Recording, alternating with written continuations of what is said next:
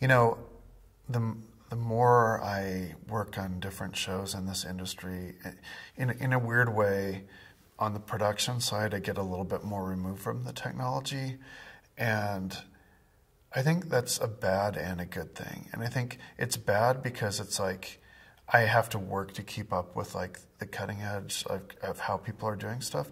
But the good is sometimes for me, it's better that I don't know how it's made. I think that's kind of bad to say in some sense, but when I'm asking for a change, part of me wants to know how hard it's going to be, and part of me has to turn that off, and I just have to think what's good for the movie.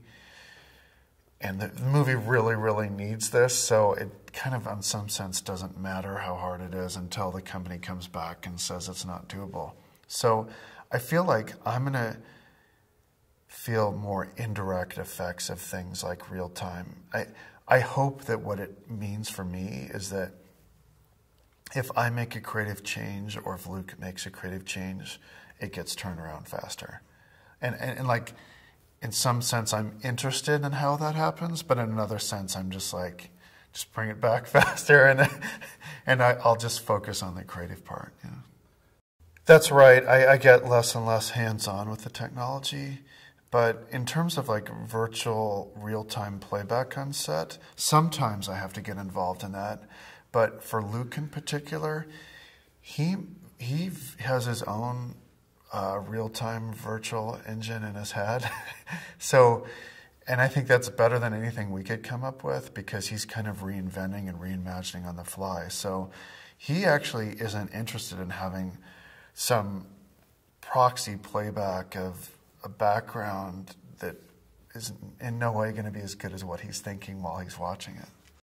It's funny because you're kind of really my first interview on this whole thing. So these are like very clear, like good questions that I should expect, but it's like I actually haven't thought about that much. The most difficult thing on this movie, I think I have to go back to what I was alluding to earlier. I feel like we're at such a state in visual effects where you want something to look real, and it's like the artists are so good that it's like I don't spend a lot of time explaining how something could look more real, especially with the high-level companies I'm working with. So it's really, is there a nuance that makes the shot better at some higher level? Like, is there a performance tick or an overall lighting scheme or a color scheme or like a production design kind of aspect to it?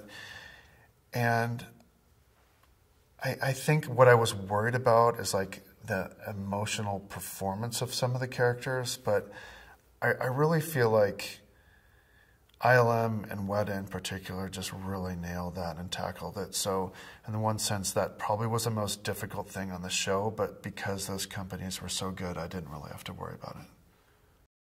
Well, you know, I've worked with a lot of great visual effects supervisors over my career, you know, Ken Ralston, John Dykstra, and I think what I learned from those people in particular and that I've carried with me is about figuring out what's important in the frame to look at. And I feel like early in my career, it was definitely about really, really sweating a lot of details all over and scrutinizing and now I take a little bit more of stepping back and like really thinking about where the eye is tracking in frame and knowing what's important and if something's working or not. And I'm kind of happy to be at that stage, but it is a luxury when you work with other supervisors who are really, really good and can get the fine details, and then it leaves me more free to worry about, like, my eye is looking over here now, and there's something that's bugging me in that area, and I can think about that as opposed to, in this corner, there's a problem here, and I know 99% of the people won't look there, but I still have to worry about it. I kind of let that go a little bit more now.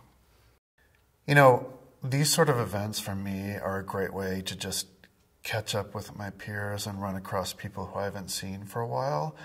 in a weird, like, selfish way, that's kind of one of the best things about it.